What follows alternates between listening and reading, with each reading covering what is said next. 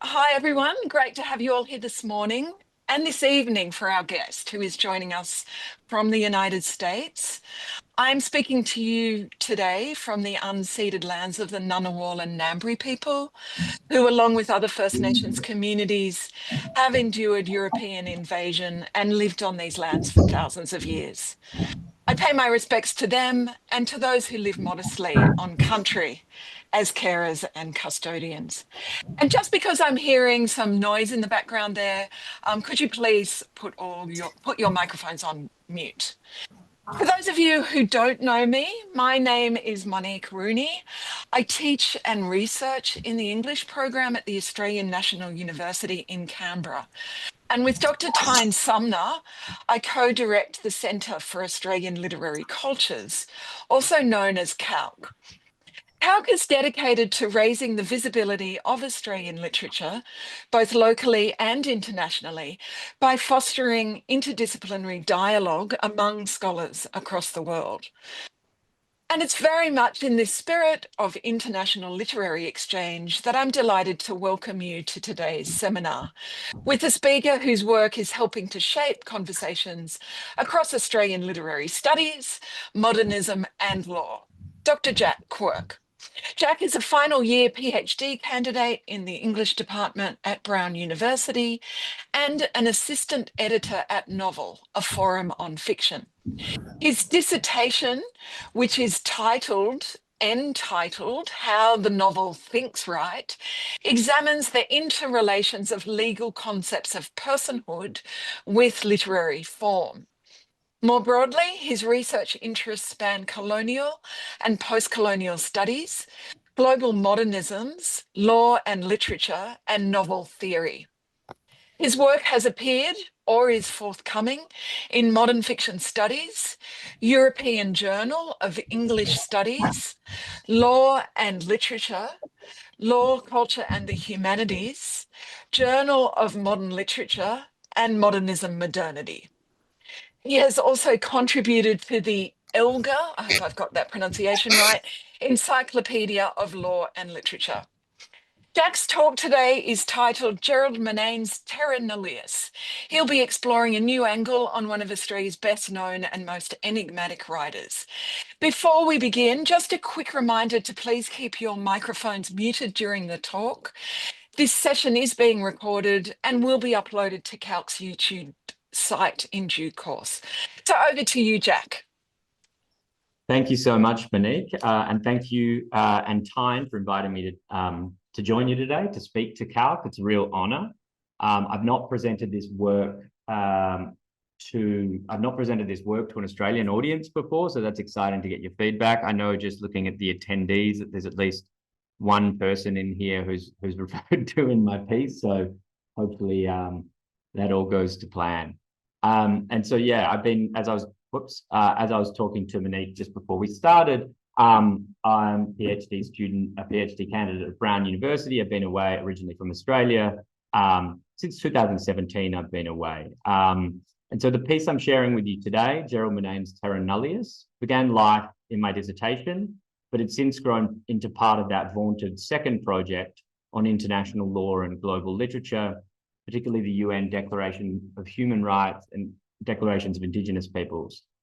I have to admit, only came to Murnane a few years ago, 5 or so years ago. I started with the Plains and then quickly devoured everything I could find in the US and Europe, which at the time wasn't that much. Fortunately, there's been a revival, as I'm sure some of you know. The independent British publisher And Other Stories, for example, is about to reissue one of my favorites, Landscape with Landscape. And not long ago, they brought out Inland. I just saw today, actually, that the Nobel laureate from 2023, Jon Fosse, has just translated The Plains, and that's going to be out in the first Norwegian translation. And all of these works, important to note, were published in the 80s, right before Murnane's hiatus in the 90s, that are being republished. So in my dissertation more broadly, I was interested in how literature and law shape one another. I left legal practice. I had no affection and even less aptitude for it, but I remained drawn to law's abstract questions.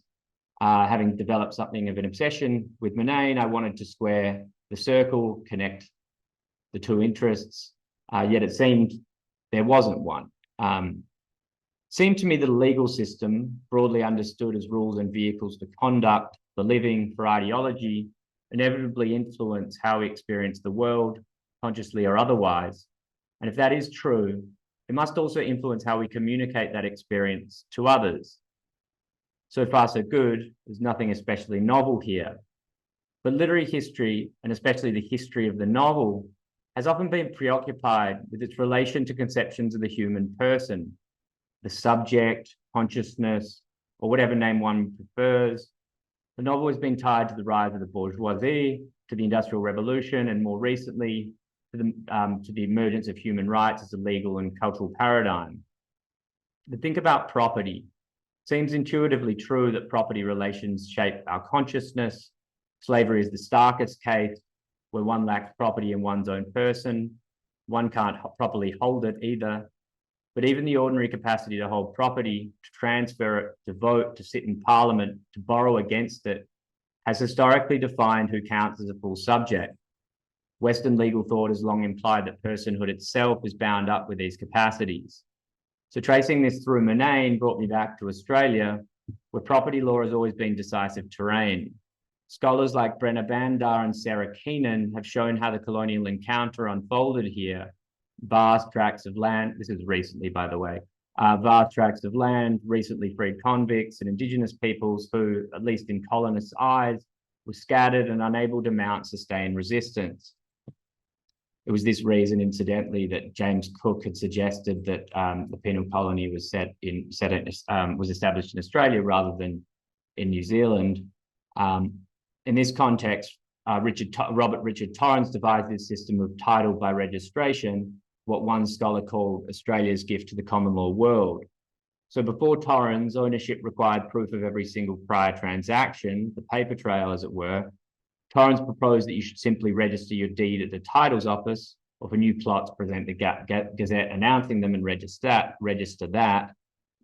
Australia was not, as Mark Twain reputedly quipped, buy land, they're not making it anymore. Rather, it was make land, they're not buying it anymore. This is what leads me to think about Terra Nullius, the claim that the land was empty, and about nullity itself, both physical and psychical, as it resonates in Murnane's literary universe. Jacques Rancière has recently written in his History of the Landscape, quote, "A landscape is the reflection of a social and political order. A social and political order can be described as a landscape. That is the premise that underwrites the images of the poet and the metaphors of the philosopher and statesman. There is a genius of place that animates the landscape and makes it free. There is a spirit of the laws, an accumulation of ways of being upon which the real force of legislation rests," end quote. So if Murnane speaks of oscillating between physical and psychical spaces, can we also read this oscillation within a politico-legal space? Can we understand his enduring fascination with landscape as entangled with Terra Nullius? And so that's what I want to explore today.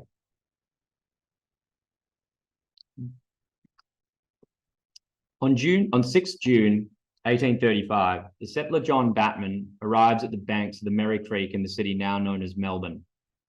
An emissary of the Port Phillip Association, Batman negotiates with the Indigenous Wurundjeri peoples for the transfer of 500,000 acres to him. He plans to establish a new farming settlement called Batmania in his name. The land comprised roughly the suburban area of Melbourne, today home to nearly 5 million people.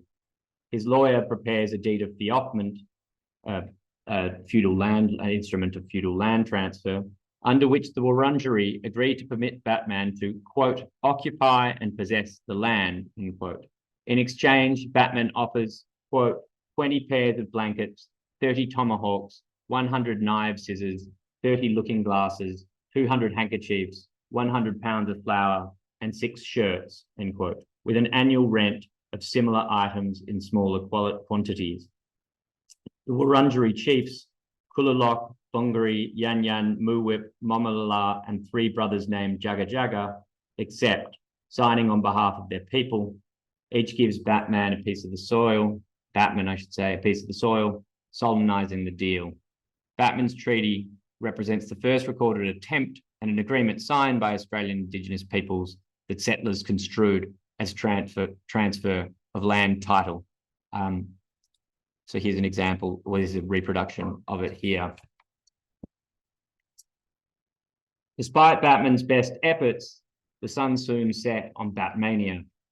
In keeping with British colonial policy, Governor Richard Burke sought to discourage settlers from dealing with natives over land access. To allow a treaty like Batman's was tantamount to recognising the sovereignty of two other parties. On the one hand, the right of an Indigenous peoples to dispose of the land, on the other, a settler right to assume it. Burke declared Batman's Treaty legally void and no effect in August 1835, just 2 months after it was signed.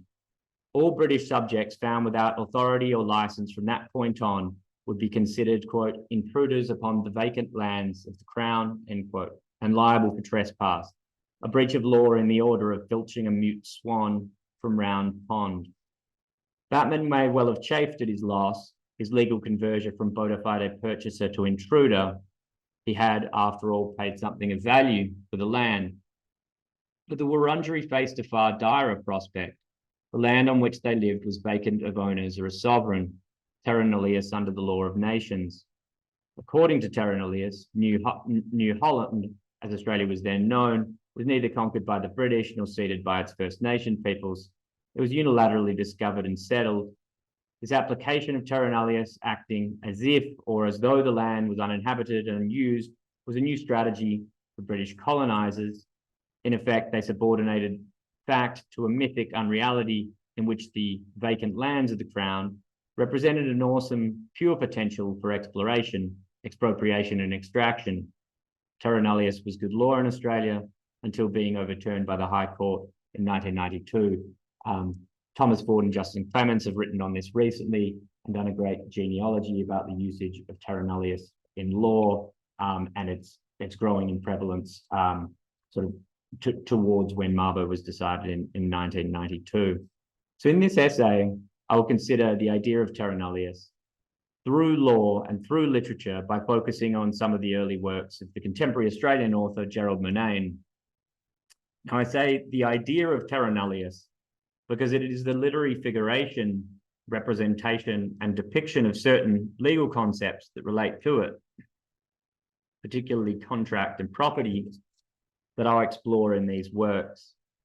Terra Nullius began its life in New Holland as a legal myth, precisely to enable the settlers to enclose the land, commodify it as property, and charge it with exchange value.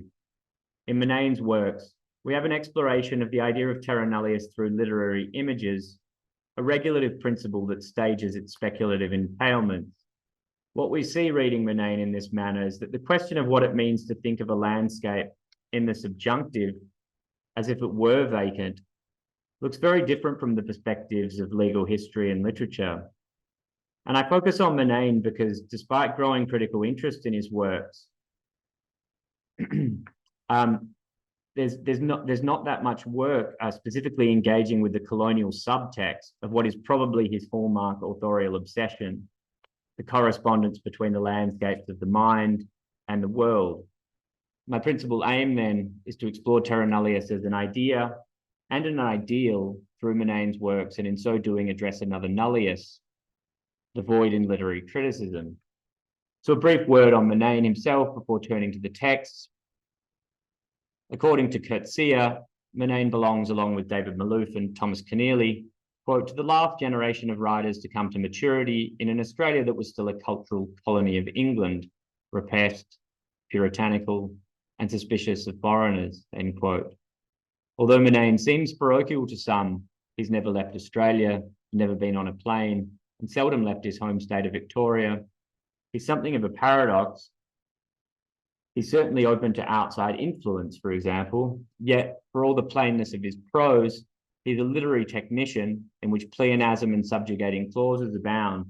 His love of the long, perfectly grammatical sentence is legendary.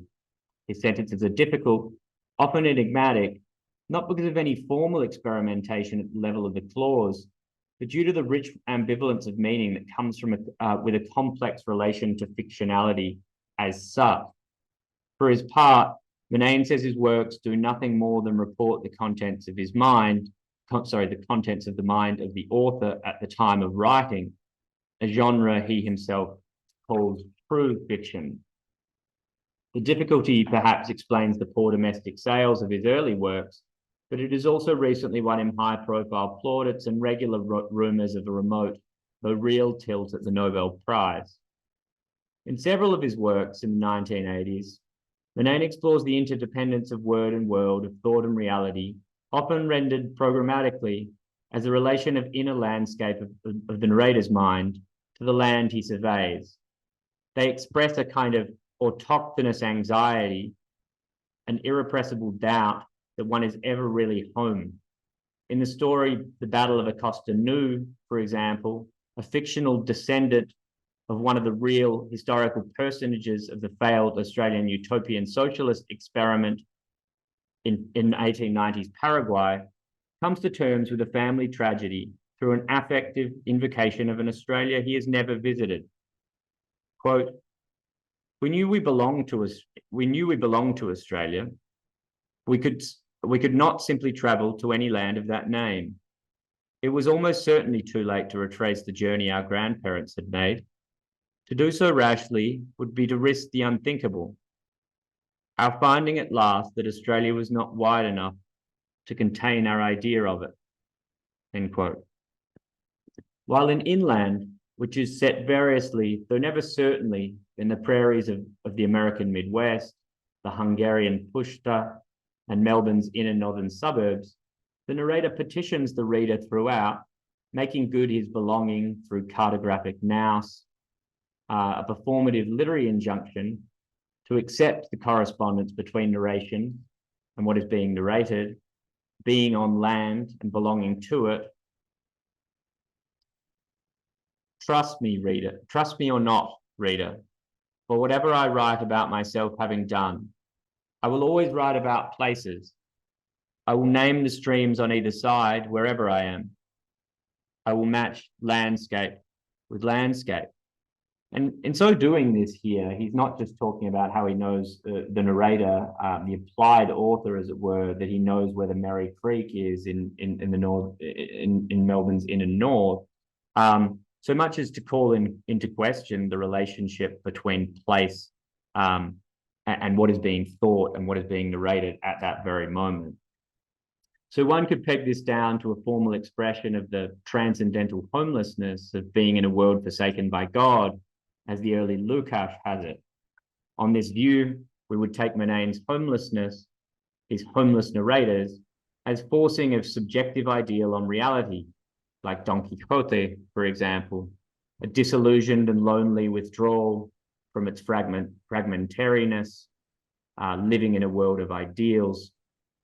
Murnane's narrators are better served, however, in my view, by Coetzee's assessment of Murnane's broader project. His fictions are, quote, fundamentally explorations of the qualities of images. He has little interest in where in his life experience these images originate. That is to say, no wish to subordinate them to the seeming real, end quote.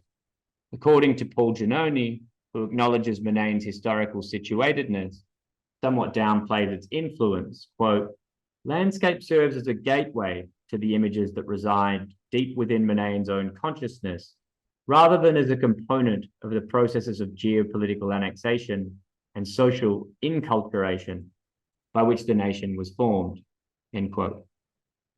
But I wonder then, couldn't it be the case that it is precisely those images, those that reside deep within consciousness, to say nothing of those who call home free or unconscious, that have the most to tell us about said geopolitical annexation and social enculturation? So if the primary obstacle to understanding Murnane's work depends, as Coetzee thinks it does, on figuring out how the world of the mind of the author relates to the real world, we could do worse, in my view, than read Murnane as the author of Terra Nullius par excellence, that is, an author for whom the world is but a receptacle or staging ground for the realization of mental landscapes, and vice versa. From this perspective, his early works can be thought of Terra Nullius in a twofold sense. First, by recognizing that the landscape of the narrator's mind is devoid of positive content for the reader, but for that reality which is rendered in the words that comprise the work, drawing our attention to the difference between literary and legal images. That is, the consciousness that he manufactures or that he conjures up through his writing. There's something lacking to that.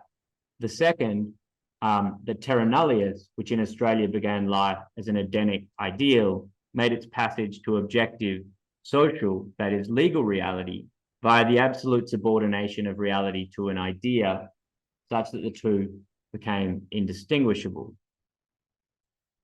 To illustrate what I mean, I turn first to the short story Land Deal, a fictional retelling of the Batman Treaty episode, and then to what is perhaps Murnane's best-known work, novel The Plains. Land Deal appears to reimagine the Batman Treaty episode with which I began this essay. I say appear because the story itself refers to no historical personage or location. We assume the historical reference from the epigraph taken from Batman's journal, in which he recounts in the first person singular the substance of the agreement. Rather than proceed with Batman's first person singular account, the narration shifts to first person plural, quote, "We certainly had no cause for complaint at the time. The men from overseas politely explained all the details of the contract before we signed it. Of course, there were minor matters that we should have queried, but even our most experienced negotiators were distracted by the sight of the payment offered us." The shift from settler epigraph to what we are given to assume is the Wurundjeri account is the first of a series of negotiations between different forms of life. Here, that negotiation manifests as an allocation of formal, that is, storytelling space. In Batman's historical record, the deal is done, a historical event, a matter of fact, abstracted to a single paragraph. In the fictional retelling, the mode moves to speculation to register the thoughts and perceptions of a counterparty whose record has been, for the large part, stricken from the historical record. What interests here, however, is how the narrative stuff of Land Deal stands in relation to the actual Batman deed, whether the two can throw into relief the imaginary and actual conditions of the possibility of Terra Nullius. It doesn't matter for our purposes that the deed was set aside, but the point remains the same. Terra Nullius betokens a land of pure nothingness, pure negativity. It means nothing in and of itself, but serves as an enabling fiction and convenient myth that was filled in the very moment its emptiness was proclaimed. In a sense, then, the story contains that which the deed left out.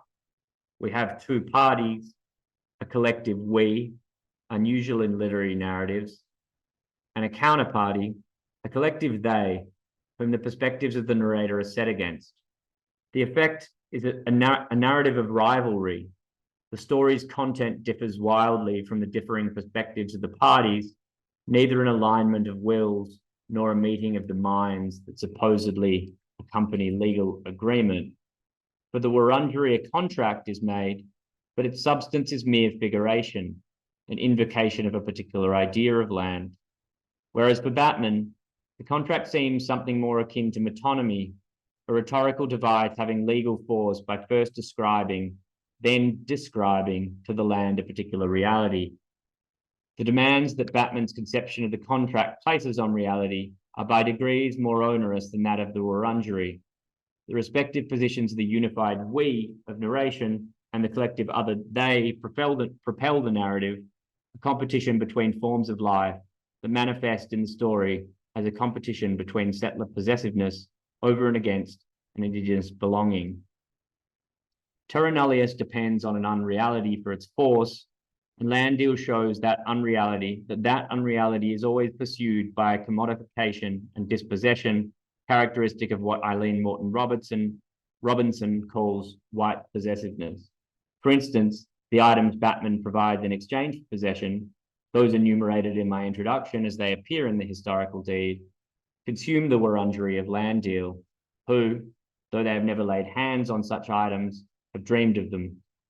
Quote, Is it surprising that a people who could use against stubborn wood and pliant grass and bloody flesh nothing more serviceable than stone? Is it surprising that such a people should have become so familiar with the idea of metal? Each one of us in his dreams had felled tall trees with blades that lodged deep in the pale pulp beneath the bark.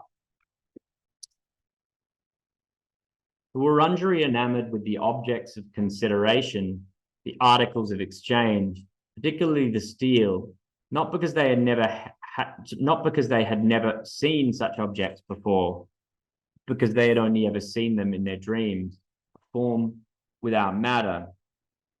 Quote, we had recognized an almost miraculous correspondence between the stranger's steel and glass and wool and flour, and those metals and mirrors and cloths and foodstuffs that we so often postulated, speculated about, or dreamed of, end quote. Yet, after deciding among themselves that none of them were dreaming, but unsure that they were not, in fact, in a dream of one or other of their own party, the group come to the only reasonable explanation. They are in Batman's dream.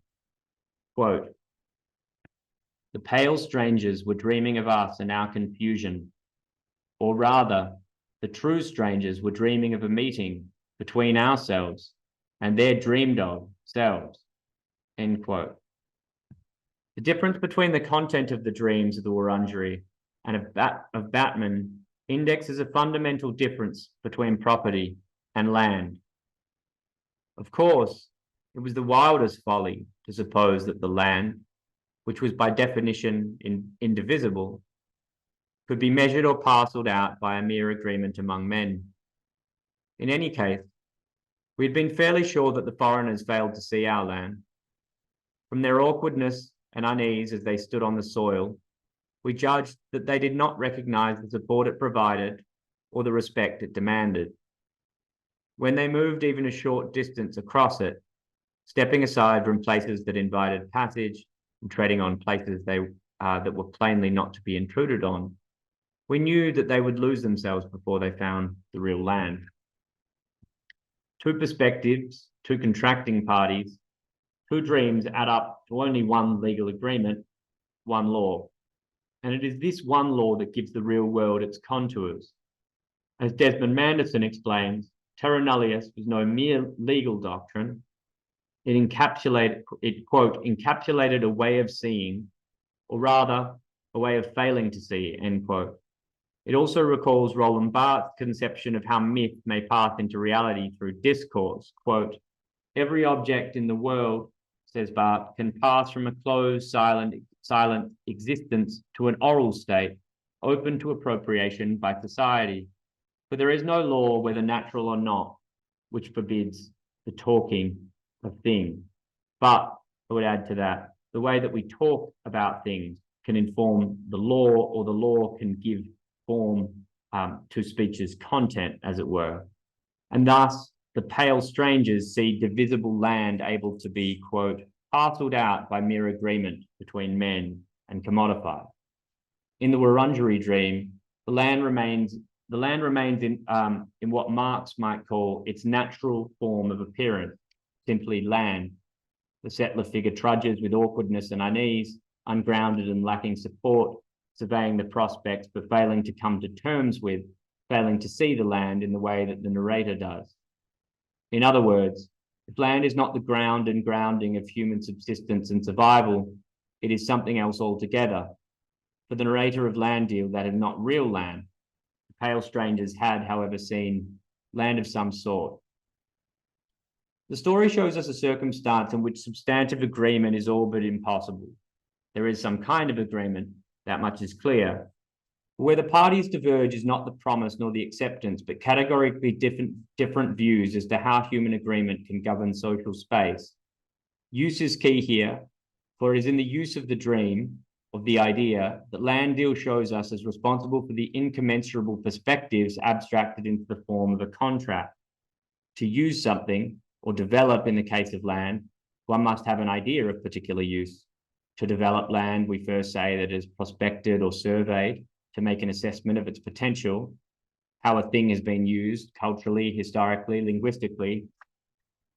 also appears to determine the idea that we form of that use.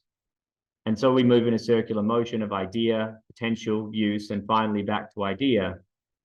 Bearing directly on the application of international law, the differing ideas of land and the uses they imply in colonial Australia allowed colonists to effectively conceive and therefore perceive of Indigenous land in a state of desuetude. Not a picture of land used in any way recognizable to colonial sense. According to Emma de Vattel, the Enlightenment legal philosopher, the quote, "Law of nations will therefore not acknowledge the property and sovereignty of a nation over any uninhabited countries, except those of which it has really taken actual possession, in which it has formed settlements, or of which it makes actual use," end quote. Likewise, a people must not, quote, "engross a much greater extent of territory than it is able to people or to cultivate," end quote. Since many Indigenous groups of Australia were largely, though importantly not exclusively, nomadic, their use of land, while real in several essential ways, was not predicated on an understanding of the reality of the settler legal paradigm. An idea, in this case, an idea of land in which its use is its perfection, can take many forms that bear a family resemblance but are incompatible in practice. It is why the Wurundjeri may recognize that they use the land, that they belong to it, are its custodians, and depend on it for subsistence, without there being substantive agreement, that is, something like a just concordance, with a particular idea of use in the mind of Batman.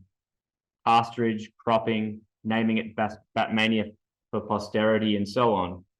Batman, we might say, is Marx's man of private property, for whom the subjective capacity limits his senses and renders the land blind to objective reality. It is ironic that the narrator uses the phrase real land as if to suggest real property. We might say then that where Batman sees property, the Wurundjeri see its objective essence, the land. For the Wurundjeri, who speak with one voice, though appear to perceive in common contradistinction to Batman, the senses of the social man are other than the senses of the non-social man. That's from Marx. The land provides support and commands respect. That is why for the Wurundjeri, it is not invisibly divisible like it is for Batman, but something more akin to visibly indivisible, much like the unified narrative voice that tells the story. If property requires a separation or an alienation from the commons or the subject, the tight integration between the Wurundjeri form of life and the mode of narration contrasts sharply with Batman, for whom land appears divisible and narrative individual. What makes Batman's perception of alienable property is the rendering of it in text, in the deed itself, quote, "And what was the unreal object of their dreams? The document we had signed explained everything. If we had not been distracted by their glass and steel, that afternoon we would have recognized even the absurdity of the day's events. The strangers wanted to possess the land," end quote. We here seem to be in the realm of Rousseau's thought experiment with which he begins his second discourse. And it is the kind of Enlightenment reason, call it here Enlightenment entitlement, that the Batman character comes to represent. As Rousseau puts it, civil society was born from a single enunciation by the first man, quote, "who after enclosing a piece of ground and finding people simple enough to believe him, said, 'This is mine.'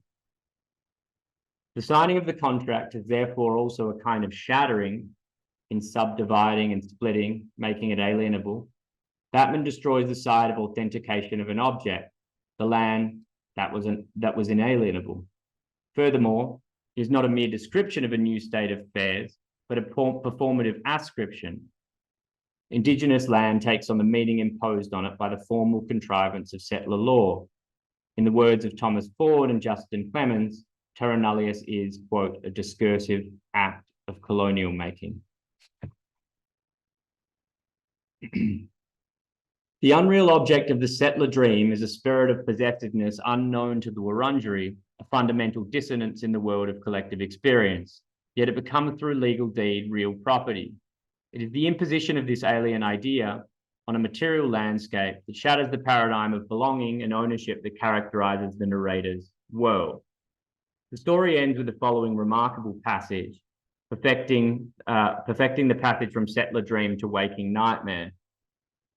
Oh, I don't have it here, sorry.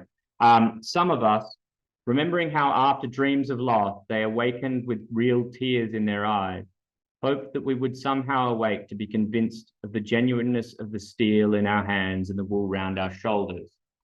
Others insisted that for as long as we handled such things, we could be no more than characters in the vast dream that had settled over us. The dream that would never end until a race of men in a land unknown to us learned how much of their history was a dream that must one day end.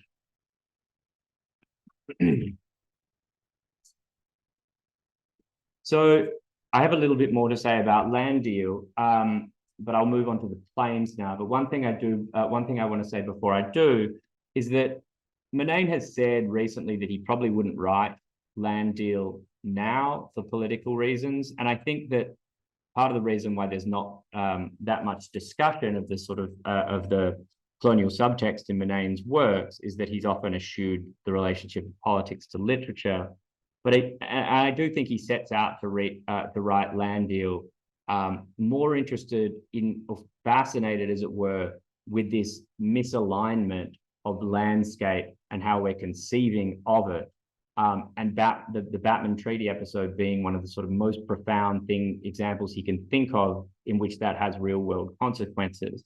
And so I think he's not trying to write a political story, and I don't want to say he's trying to write a political story, but the fact that he is attracted to that idea is something that we see coming out in different ways in the plains, and I think characterizes a lot of his work, his even more recent work.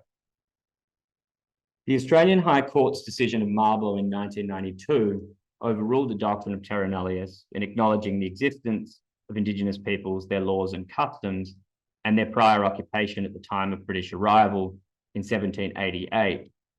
In navigating the thorny question of how two systems could survive side by side for over 200 years, Justice Brennan stated, common law can, by reference to the traditional laws and customs of an Indigenous people, identify and protect the native rights and interests to which they give rise. However, when the tide of history has washed away any real acknowledgement of traditional law and any real observance of traditional customs, the foundation of native title has disappeared. A native title which has ceased with the abandoning of laws and customs based on tradition cannot be revived for contemporary recognition. The court may have altered the reality of settler occupation by displacing the myth, but in the same act, it evacuated Indigenous sovereignty and created two new absences. The first effectively negated all extant rights of Indigenous groups unable to prove their continued connection to and practice of traditional law and culture. The second abstracted the role of the dispossessor into a jurisprudential conceit, a tide of history of such vagueness and open-endedness that it may as well stand for nothing. We know only too well from Batman's Treaty and Land Deal that it was not the tide of history that washed away acknowledgement, but British subjects and agents of the colonial law who by hook or by crook sought to fill what they perceived as Terra Nullius by providing discursive legal order to the chaos. Although published almost a decade before Mabo, The Plains takes place in a world in which history's tide appears almost as a character. Like Land Deal, The Plains begins with an epigraph from settler colonial history, this time from Surveyor General T.L. Mitchell's 3 expeditions into the interior of Eastern Australia, also known as Australia Felix. Quote, we had at length discovered a country ready for the immediate reception of civilized man. Of this Eden, it seemed that I was the only Adam, and it was indeed a sort of paradise to me. There's actually a short story by Gerald Murnane called The Only Adam, which was going to be sort of interposed in the middle of the plains as it now exists, was going to envelop that story, but he liked the plains so much that it ended up staying as its own integral work.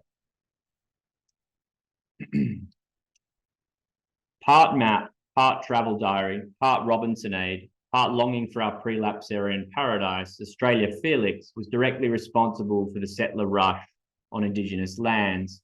As Tony Birch puts it, quote, "Such is the power of cartography," end quote. The Plains, meanwhile, is a first-person account of an unnamed filmmaker who travels 500 miles inland to take preparatory notes for The Interior, a film he hopes will capture the meaning of the landscape. Replace the surveyor's theodolite astrolabe and set square with a notebook and camera, and we have a travelogue not unlike Mitchell's. Many critics have noticed the centrality of landscape to Murnane's fiction, yet few have brought it into conversation with Land Deal or either work with Terra Nullius. Some come close, like Nicholas Burns, for whom Murnane's novel presents an, quote, abstraction of Australia's imagined quintessence, elevated to the plane of pure ideas, rather than being bottled as a nationalistic commodity, end quote.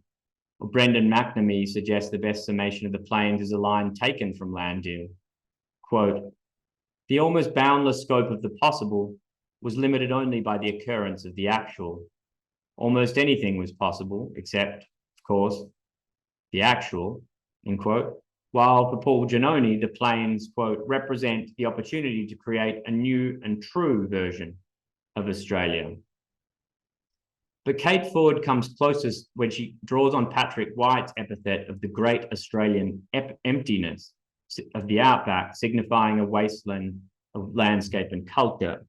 For Ford, the plains' barren fields represent Australia's national object of desire, showing, quote, what white Australia continues to resist, that the fantasy of the empty centre is sustained by something, but not by the fact that the centre was or is empty, end quote.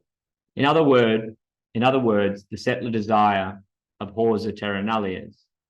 That such commentary has largely escaped notice, maybe because the plains narrator provides scant details of concrete location or time, forcing the reader to triangulate meaning through the reporting of the society presented to us. We know little of the film he envisages. From the outset, however, we get the impression it is no ordinary film. Quote, 20 years ago, when I first arrived on the plains, I kept my eyes open. I looked for anything in the landscape that seemed to hint at some elaborate meaning behind appearances. End quote.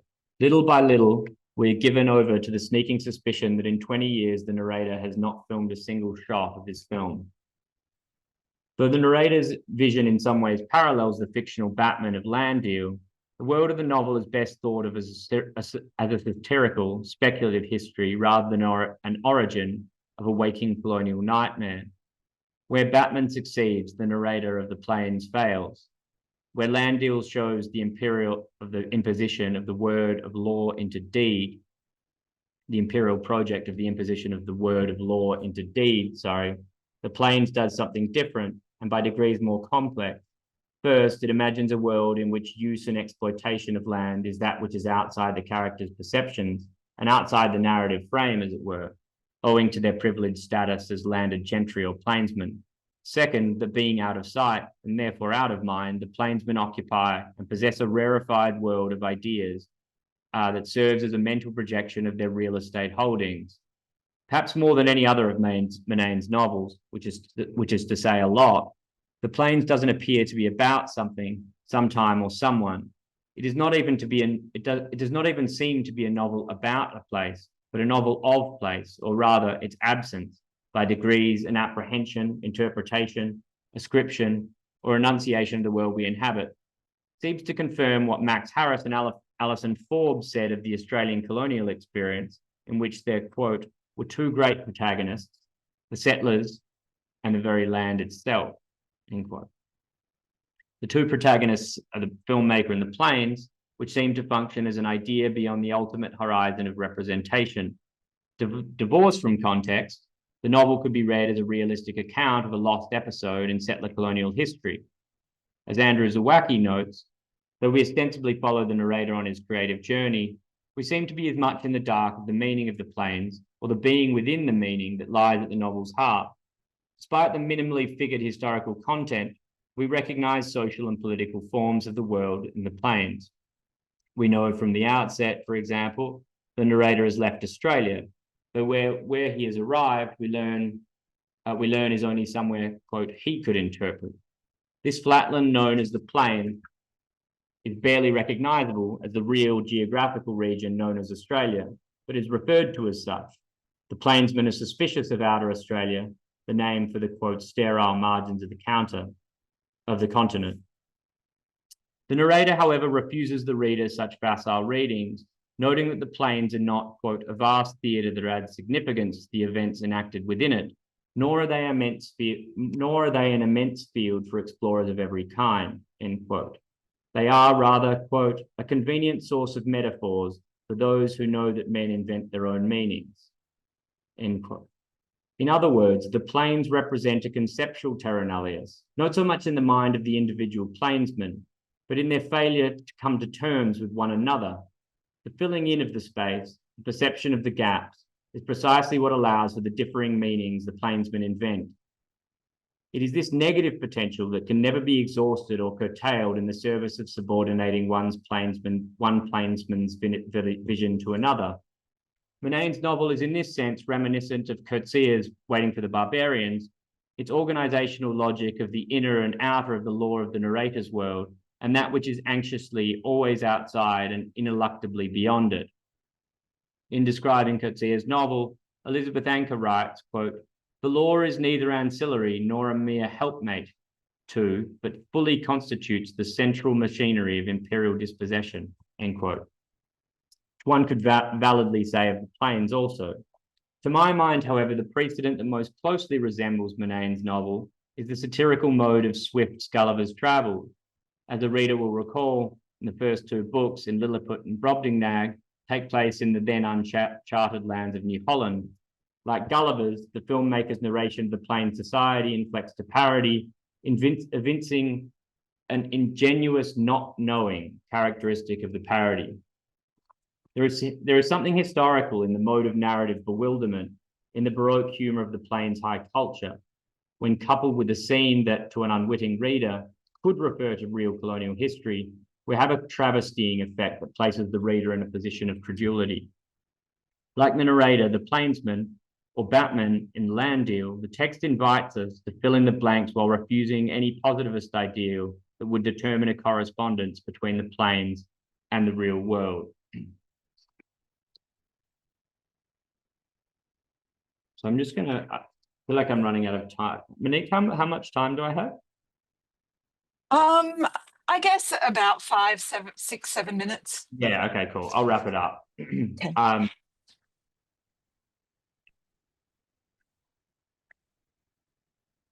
great irony of the plains is that its characters fail to do anything that could be considered as mixing concrete physical labor with property. As one of the wealthy plainsmen tells us in the novel's first section, in an utterance that once again recalls Mitchell's account, quote, I happen to believe myself that we're all explorers in our way, but exploration is much more than naming and describing.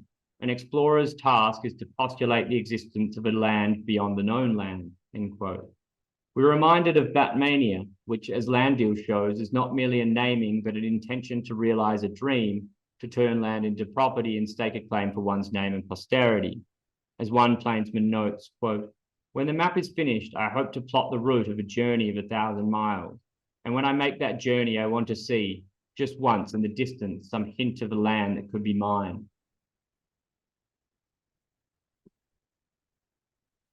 Settler colonialism is defined by this kind of look towards the future, implied by the word prospect, both a look towards the future and a promise of its realization. In so doing, settlers such as Batman remolded time and space to fit a settler dream through the legal technology of naming, which brought it into cultural circulation. Like the plainsman, the aestheticization of the land is a key component of possession, since as Paul Carter writes of the history of British exploration, quote, what was named was not something out there, rather,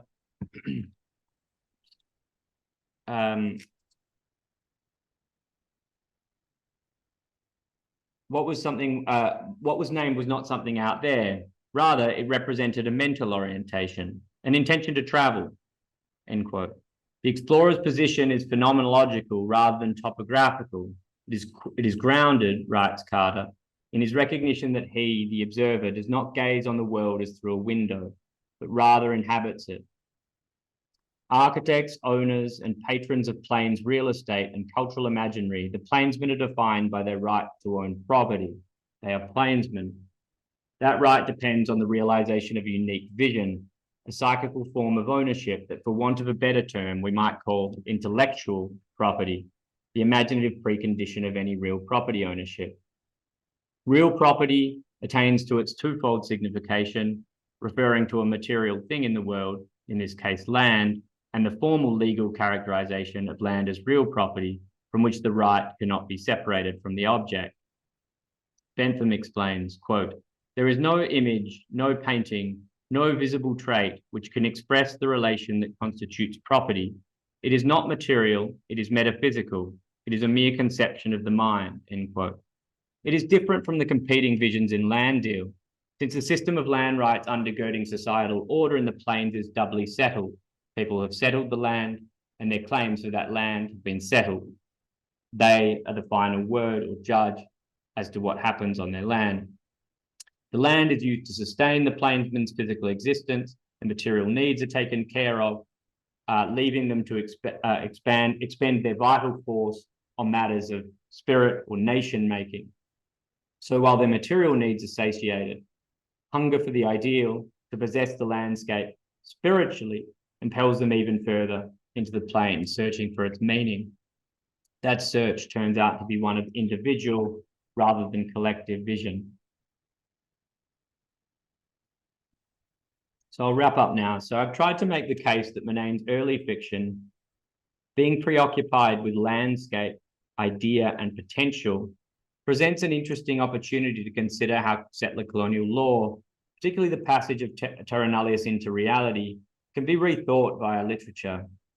Land deal in the plains offer not a settler colonial mea culpa. It's not been my argument to make Murnane out as a political writer in any direct or conscious way, nor do I read these works as symptomatic of a general shift in Australian settler consciousness. I do, however, think these works can and ought to be read as a coming to terms with a failing to see properly of what it means to force one's perceptions onto another through the instruments of law. If our perception and our judgment are at least in part determined by what we have seen before, what we have been told, failing to see or imposing one's vision on another will always be the symptom of a historical forgetting. Settler colonial paternalism of this stripe continues to pervade Australian politics. I've tried to make the case that it should not pervade its literary criticism. Thanks.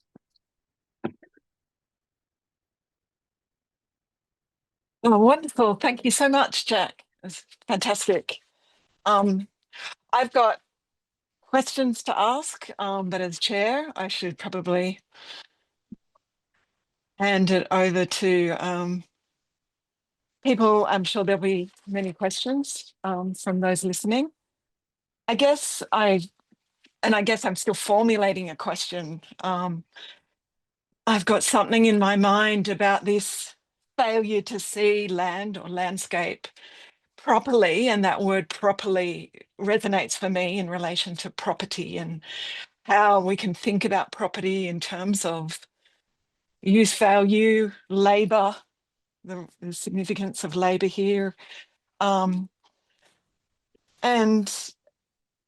I don't know, what almost seems like a dreamlike horizon of what you're calling potential, but a horizon of potential possibility of a proper relation to place that I certainly kind of intuit in my kind of pretty amateur readings of Murnane.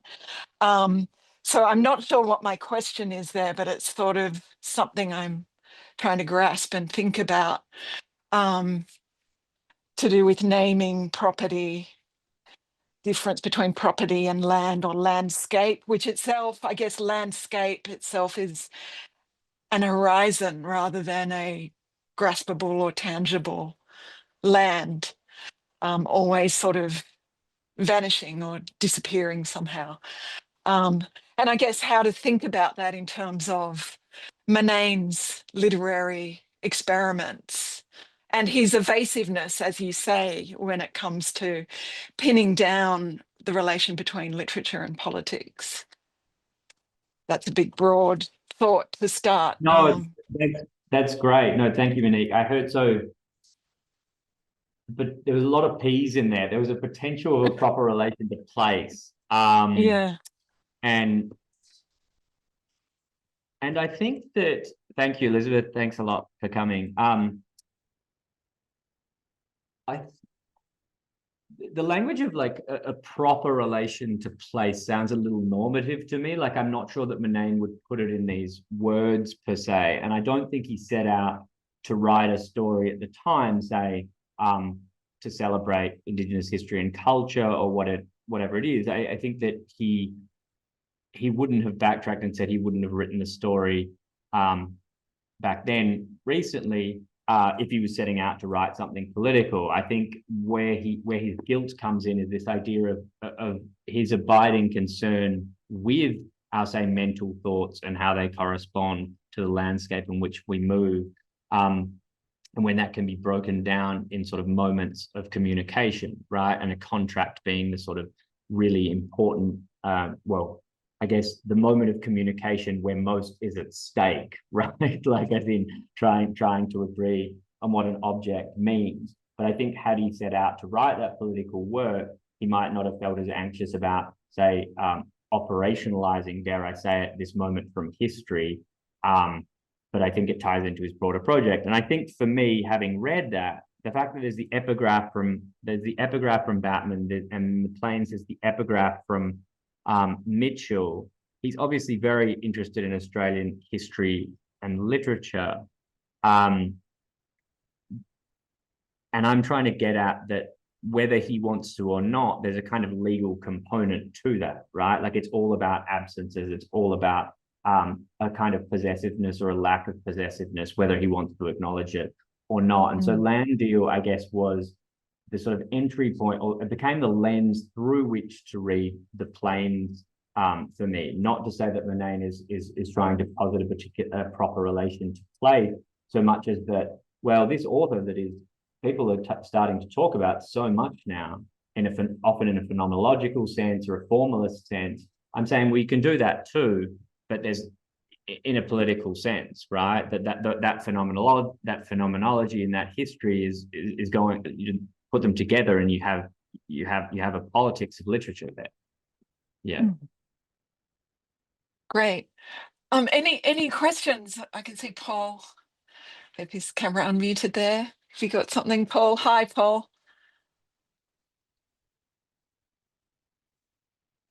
I think you're still muted. Fix that. There you go. Hi, Monique. And Hi. thank you, Jack, very much for the paper. It's fantastic. And I mean, it's just a fascinating time to revisit Murnane and some of those earlier works for all sorts of reasons, of course, that you referred to with the recent revival of interest in his work and the body of criticism that's now slowly beginning to build, and which I'm sure your paper will make a really significant contribution. Some of the things you discussed during the paper had me thinking back to 2020, I think it was, when I attended the Murnane seminar in Newcastle, which has sort of become now seen as a bit of a starting point for some Murnane scholarship, and which he attended some of the sessions of, in which he famously gave the first version of his well-known essay, The Breathing Author, and began to sort of explicate his own vision of his work in ways that were previously unheard. But why your paper had me thinking about that was because I recall the very first opening point of that seminar was Ivor Indyk leading a session in which the opening question was, does it matter that Murnane writes about Australia? In other words, is there anything Australian about his work at all? Or is it simply all interior to an extent that it could be said anywhere? And I think you touched upon that too when you're sort of discussing, I think you were quoting from somebody else at the time, but that question about, is the Plains even set in a recognisable version of Australia? which seems to be so separate from the really integral set of questions that you're asking about this novel. And I think anybody who reads the Plains or reads Murnane more generally, though, is often confronted with that question. Does it matter where this is set? To what extent is this man who's seemingly so concerned with landscape? How do we react to this when we conceive of them or try to conceive of them through his perception as being landscapes of Australia? But I think your paper, to my understanding anyway, goes a long way to sort of addressing that point by taking us back to land deal in effect, and of course land deal taking us back to Batman and that sort of troubled history of the 19th century. So this isn't leading to a question. It's just leading to a point. No, it's super helpful. It's just leading to a point of admiration and saying thank you for the paper, because I think it will recircle Murnane's scholarship back to some fairly fundamental questions, and that's not an easy thing to do in terms of addressing an author who is so elusive in so many ways. As all of us who've read his work have had to confront. But of course, that's what keeps it endlessly fascinating as well. And I'm sure that, as I said, I'm sure your paper will lead to other new discussions and other new considerations of some really important questions about his whole body of work. So thank you. Thanks, Paul. That's really helpful. And yeah, I mean, obviously, I think the bit you were referring to, you didn't mention yourself, but I was talking about your reading and Coetzee's reading as well, right? And that the centrality of the image, and there's no reason why one has to read that in reference to like in the Plains, in reference to settler colonial history. Now, if one wanted to set out and write a piece of criticism on land deal and not mention, say, the Batman epigraph, then one would be remiss, or one would just go, well, where's that content, right? Like, thank you, Alex. It's not just about, though Murnane set out to write a story about the significance of this failure to see the same object, or failure to see the land, his choice of theatre in which to stage that means that we'll be remiss if we don't refer to that, right? And I think that's true of a lot of his work. I don't want to reduce it to, well, it's all about empty landscape. I think he could have been elsewhere, right? And that's why he likes certain places. He likes the plains of Hungary, or he likes the idea of the Midwest. He doesn't so much like the idea of the Rockies, or by the ocean. He famously doesn't like the ocean. And so I think with his idiosyncratic, peculiar genius, that some of the thoughts that he has bouncing between what he's looking at and his mind, and sort of mapping one onto the other, some of these things could definitely come out where he from elsewhere, like, without referring to Australia per se. And I'm happy for that. I'm happy for criticism to focus on those aspects, but I did see a gap, as it were, of trying to drum home that there is that relation. It doesn't mean absolutely everything, and we have an impoverished reading of Murnane if we just reduce him to a kind of symptom, right? But I did feel like there was not that much published on this as it was, transpiring, right? Yeah. Yeah, thank you. Thanks. Actually, I'll say, if no one's got, I'll add one other thing to that too, is that, if that's all right. Sure. Please do. Yeah, I was just going to say, I mean, Frederick Jameson has this interesting concept of allegory, right? So when I first read The Plains, I read it a couple of times, and I'm like, how does this map on, right? Who are the people? Is it actually pre settler colonial, right? Is it a kind of imagined prehistory, as it were?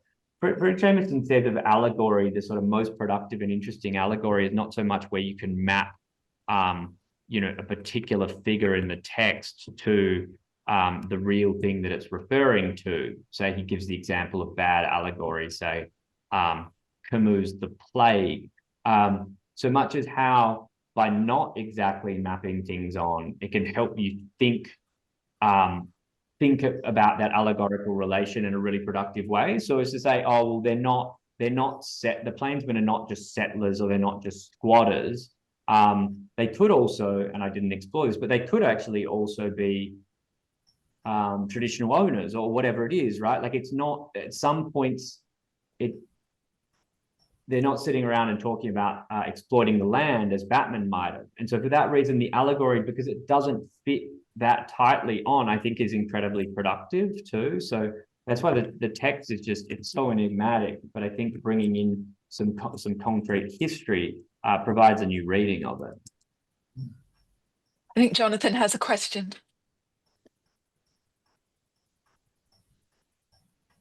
Hi, thanks, Jack. That was brilliant. I was really interested, particularly by your reading of Land Deal, which is a text I was not familiar with. I was particularly, forgive me if this is poorly formulated, I've been much exercised by the Meanjin business of late. I was particularly impressed by the way the subtle way you charted this particular settler colonial logic of displacement and recursion, which you find everywhere in settler colonial literature once you're looking for it.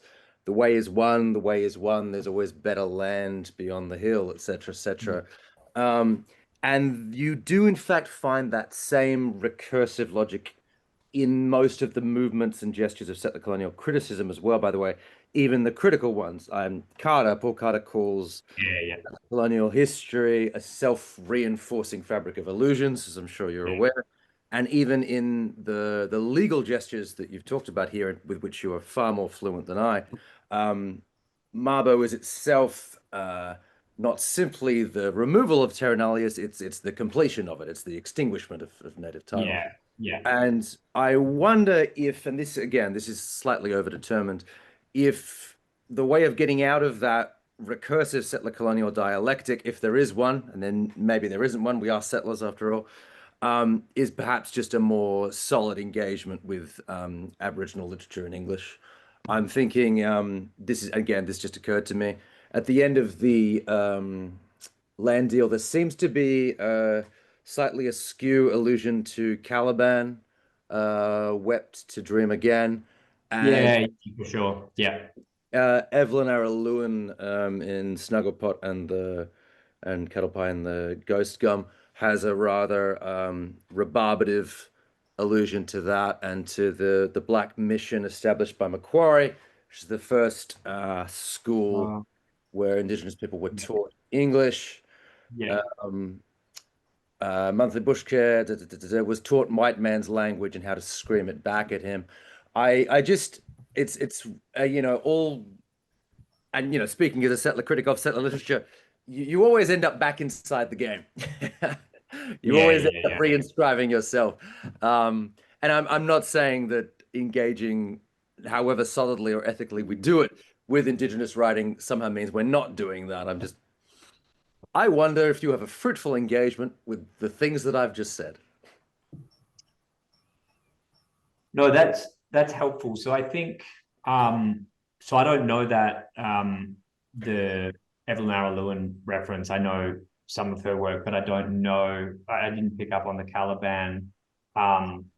That's actually something that needs to be in the paper. The Caliban, it's in my notes, but that particular aspect of Land Deal, and obviously there's a kind of, this I think is probably on the part of Murnane, and may have been his jumping off point, is discussions of say dream time, is where he goes, oh, what does dream time, and notoriously difficult concept, notoriously problematic concept with respect to anthropologists imposing what it means and being reduced to language and so forth, which all ties into this, right? Land, writing it down, pointing what it is. Sure, yeah, you can have this, but what are you going to do with it? Oh, we can't use it anymore. That's completely different from our conception of the land.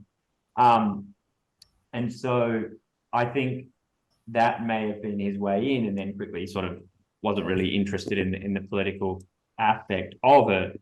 I think that in terms of, so the broader project, so the broader project is interested in, I guess, how form belied, say, certain histories or ideological commitments, right? And so this hasn't happened yet, but I'm interested in putting this into conversation with, say, someone like Alexis Wright, just because both are sort of just very peculiar formalists in their own way, right? Like both of them are very concerned with the adequacy of how they're writing to what they want to say.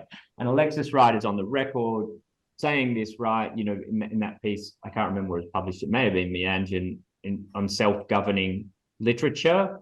And so the adequacy of form to what one is writing about.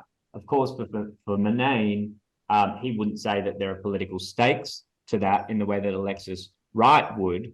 But I think there's definitely a politics there, right? Which is why there is so much of this, the romance of the Australian bush, historically in settler colonial literature. And so I think I really appreciate you pointing me in this direction, because it is something that I want to bring those aspects together. You know, what is it about, what is it that form belies or allows us to do, rather than just looking at something as a critique of settler colonialism, the means in which it's doing that, the way in which it's doing that critique. Yeah. Just on that, and thinking back to your response to Paul's question about Australia and this place as a sort of theatre, I wonder if there's anything there about, and thinking of form, to do with intermediality. I'm thinking about what you've said about the relation of the written contract to speech, how things keep getting spoken into being. But also this short story that's inserted into the plains, the role of the filmmaker in the plains.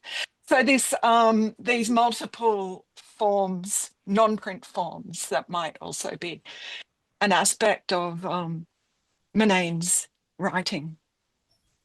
Yeah, I mean, you know, thank you, Monique. It's as you're saying, I mean, you're completely spot on. It's just, as you're saying it, I'm chuckling because it's just so notoriously, it's just so complex, right? I mean, the plains is, I mean, inland is even more complex, I think. But the plains, I mean, it's about a filmmaker, and this is from an author who, you know, openly disavows, you know, what he calls sort of like film literature or something like this, you know, literature that just sort of reports what is seen, rather than reporting what is seen in a manner that actually conveys the moment of seeing or thinking about it, right? Like that's where he's different. And I think he's ripping, even if he's not put it into words yet in his criticism, the plains is definitely about this, right? He just got copious notes because he, like Murnane, cannot actually just reduce it to a finished object. He needs to just keep putting it, because every time he's looking at the landscape, it changes and the light is different. And so he just keeps taking notes. And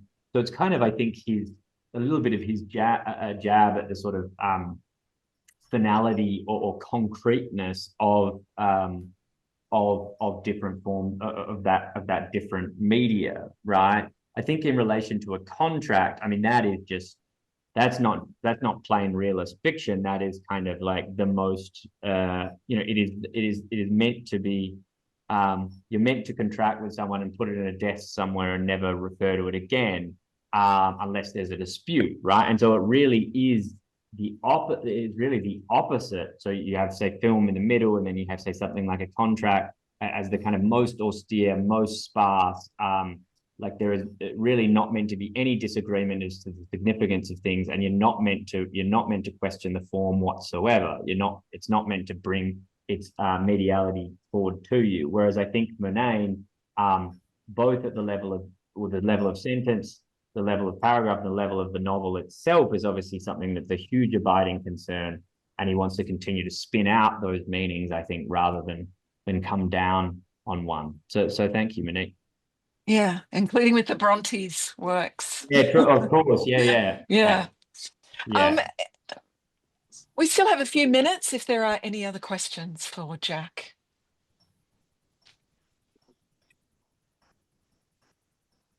Could I ask Jeff. something, Monique? Yeah. Hello. Thanks for thanks for the presentation, Jack. I just really in the little time, it's just sort of two comments that Yeah.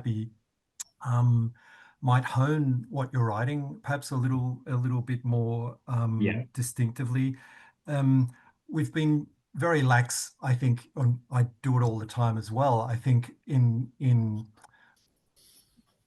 mixing very much, or actually making very similar these words land and landscape, and they are different things. And I think that Murnane is much more attentive to using the word landscape in a very particular way in that novel, and he differentiates it. He uses the word land and he uses the word landscape, and you know, there's another Mitchell, not you know, and it's W.J.T. Mitchell who wrote that book, you know, Landscape and Power or something, who reminds us of the colonizing colonizing act involved in landscaping, and he suggests we as critics and as colonialists, in the North American sense as he's speaking about it, but and myself as a non-Indigenous Australian, that we need to be careful to when we look at land, and whether you paint it, he doesn't actually film it in the book, right? He doesn't actually do the task of landscaping, but Murnane is also showing that landscaping is something that goes on in the mind. So it's a projection. It's and just maybe where, so I wasn't listening carefully enough. It's come to me later, this idea, but just in our discussion too. But so maybe that might be teased out a little bit more for that article, because I think Murnane is careful to say, you know, they're looking at paintings the whole time in an interior. You're that's right. when they're landscaping, right? So maybe there's just something a sort of a niggly thing, but no, that's really helpful. And the other thing I thought was that if you're going to be talking, or we're going to bring into the paper any kind of comparison with Waiting for the Barbarians, the point that I don't know, the word's not disturbed, I can't sort of intellectualize it in a certain kind of way, but you know, Murnane's Terra Nullius is still, I don't know, for me, a Terra Nullius. It is still, its political act is still to tell us as readers in the 1980s, you know, in an Australian literature that's developing perhaps other languages through film, you know, languages through film of like Picnic, for example, and others, and that whole period film gesture, how to sort of, again, landscape it as empty.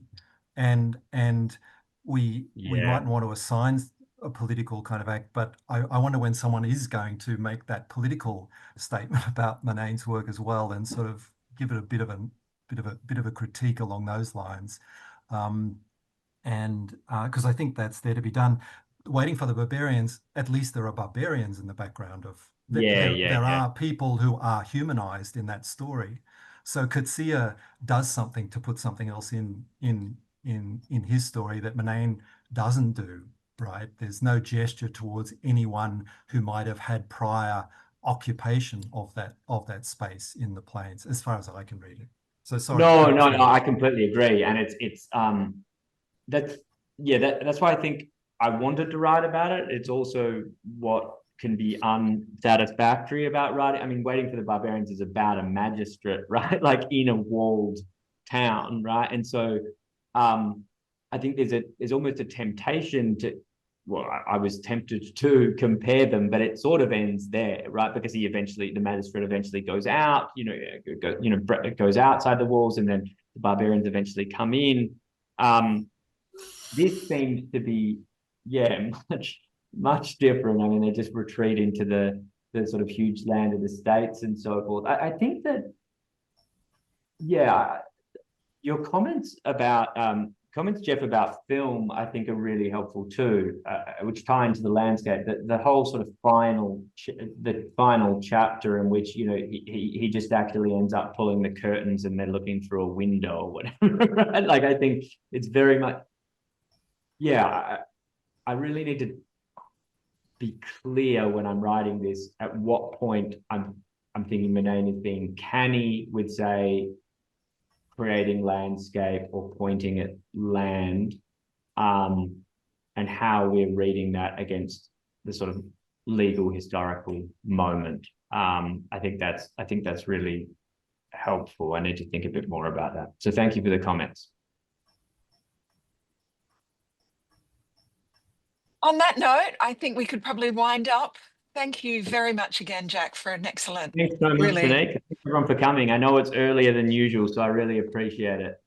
Yeah, and I'll be in touch when this is online. Yep. Yeah, sounds good. Okay. Yeah, I'd like to look at myself. Yeah, it's always great. Thanks, There's everyone. some nice comments there in the chat also before you go. Thank you all very much. Great conversation. Yeah, Thanks, thank you, Paul. See ya. See you, Monique. Bye.